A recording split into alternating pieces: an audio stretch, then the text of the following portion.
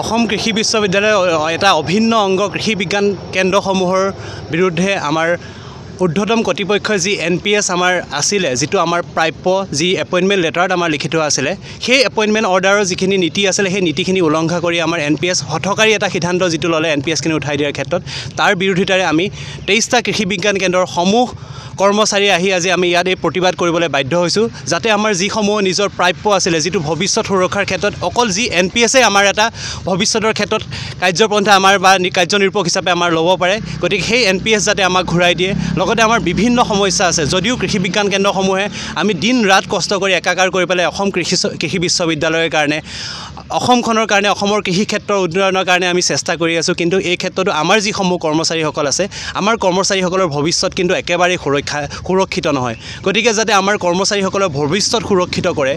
আমাৰ কৰ্মচাৰীসকলৰ যিসমূহ প্ৰাপ্য আছিল আজিলৈকে 15-20 বছৰ হৈ গ'ল বহু সংখ্যক কৰ্মচাৰী তেওঁলোকে আজিলৈকে নিজৰ প্ৰমোচন যিখিনি পাব লগা আছিলে সেইখিনি ঘূৰাই তেওঁলোকে পোৱা নাই আমাৰ বকেয়া ধনৰাশিৰ কাৰণে আমি সদায় কষ্ট কৰিব লগা হয় ইউনিভাৰ্চিটিৰ ওচৰত আহি পেলাই অথৰিটিৰ ওচৰত আহি পেলাই সদায় আমি দাবী তুলিব লগা হয় এই সমূহ সমস্যা যাতে আমাৰ অনতিপলমে আমাৰ সমাধান কৰি দিয়ে আৰু কৃষি বিজ্ঞান কেন্দ্ৰসমূহত যাতে এটা সুস্থিৰ পৰিৱেশ এটা গঢ়ি তোলে কাম কৰিবৰ কাৰণে যাতে এটা পৰিৱেশ আমাক সৃষ্টি কৰি দিয়ে গতিকে সেই বিনম্ৰ অনুৰোধ ৰাখি পেলাই আমি অসম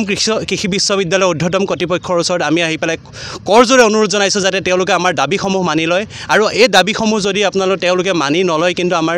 কৰ্মচাৰীসকল বহি নাথাকিব তেওঁলোকে বিভিন্ন কাৰ্যপন্থা হাতত ল'বৰ কাৰণে চিন্তা কৰিছে আৰু ভৱিষ্যতেও যেতিয়ালৈকে আমাৰ প্ৰাপ্যসমূহ ঘূৰাই নাপাওঁ আমি সম্পূৰ্ণ গণতান্ত্ৰিক পদ্ধতিৰে আমি নিজৰ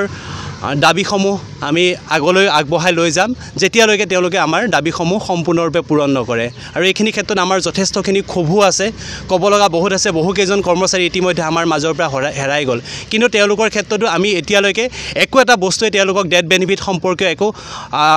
সুবিধাই তেওঁলোকক বা আমি কৰি দিবৰ কাৰণে সক্ষম নহ'লোঁ গতিকে আমাৰ যেতিয়া দিন ৰাত আমি একেকাৰ কৰি কাম কৰি আছোঁ আমাৰ ভৱিষ্যত সুৰক্ষা ক'ত গতিকে আমাক ভৱিষ্যত সুৰক্ষা দিয়ক এই দাবীৰে আমি অসম কৃষি বিশ্ববিদ্যালয় আমাৰ যি এপইণ্টিং অথৰিটি আছে ICR আছে তেওঁলোক সকলোৰে ওচৰত আমি দাবী জনাইছোঁ যাতে আমাৰ সমস্যাবোৰ সমাধান কৰি আমাৰ কৃষকসকলৰ কাৰণে অসমৰ কৃষি ক্ষেত্ৰৰ উন্নয়নৰ কাৰণে ভাৰতবৰ্ষৰ কৃষি ক্ষেত্ৰৰ উন্নয়নৰ কাৰণে যাতে আমাক কাম কৰিবৰ বাবে সুবিধা কৰি দিয়ে এইখিনি দাবীৰে আমি আজি এই প্ৰতিবাদথলীত আমি একত্ৰিত হৈছোঁ অসম কৃষি বিশ্ববিদ্যালয়ৰ এটা অভিন্ন অংগ কৃষি বিজ্ঞান কেন্দ্ৰসমূহৰ বিৰুদ্ধে আমাৰ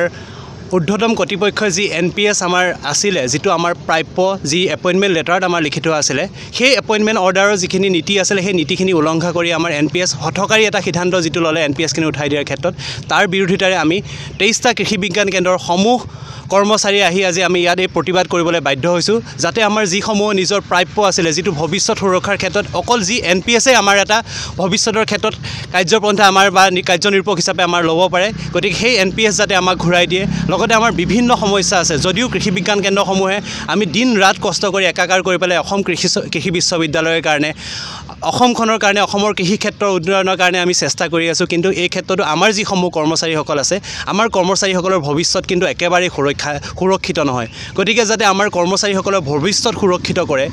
আমাৰ কৰ্মচাৰীসকলৰ যিসমূহ প্ৰাপ্য আছিল আজিলৈকে 15-20 বছৰ হৈ গ'ল বহু সংখ্যক কৰ্মচাৰী তেওঁলোকে আজিলৈকে নিজৰ প্ৰমোচন যিখিনি পাব লগা আছিলে সেইখিনি ঘূৰাই তেওঁলোকে পোৱা নাই আমাৰ বকেয়া ধনৰাশিৰ কাৰণে আমি সদায় কষ্ট কৰিব লগা হয় ইউনিভাৰ্চিটিৰ ওচৰত আহি পেলাই অথৰিটিৰ ওচৰত আহি পেলাই সদায় আমি দাবী তুলিব লগা হয় এই সমূহ সমস্যা যাতে আমাৰ অনতিপলমে আমাৰ সমাধান কৰি দিয়ে আৰু কৃষি বিজ্ঞান কেন্দ্ৰসমূহত যাতে এটা সুস্থিৰ পৰিৱেশ এটা গঢ়ি তোলে কাম কৰিবৰ কাৰণে যাতে এটা পৰিৱেশ আমাক সৃষ্টি কৰি দিয়ে গতিকে সেই বিনম্ৰ অনুৰোধ ৰাখি পেলাই আমি অসম কৃষি বিশ্ববিদ্যালয়ৰ ঊৰ্ধ্বতম কৰ্তৃপক্ষৰ ওচৰত আমি আহি পেলাই কৰজোৰে অনুৰোধ জনাইছোঁ যাতে তেওঁলোকে আমাৰ দাবীসমূহ মানি লয় আৰু এই দাবীসমূহ যদি তেওঁলোকে মানি নলয় কিন্তু আমাৰ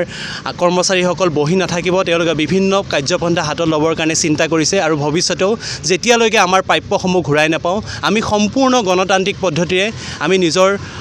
দাবীসমূহ আমি আগলৈ আগবঢ়াই লৈ যাম যেতিয়ালৈকে তেওঁলোকে আমাৰ দাবীসমূহ সম্পূৰ্ণৰূপে পূৰণ নকৰে আৰু এইখিনি ক্ষেত্ৰত আমাৰ যথেষ্টখিনি ক্ষোভো আছে ক'ব লগা বহুত আছে বহুকেইজন কৰ্মচাৰী ইতিমধ্যে আমাৰ মাজৰ পৰা হেৰাই গ'ল কিন্তু তেওঁলোকৰ ক্ষেত্ৰতো আমি এতিয়ালৈকে একো এটা বস্তুৱে তেওঁলোকক ডেথ বেনিফিট সম্পৰ্কীয় একো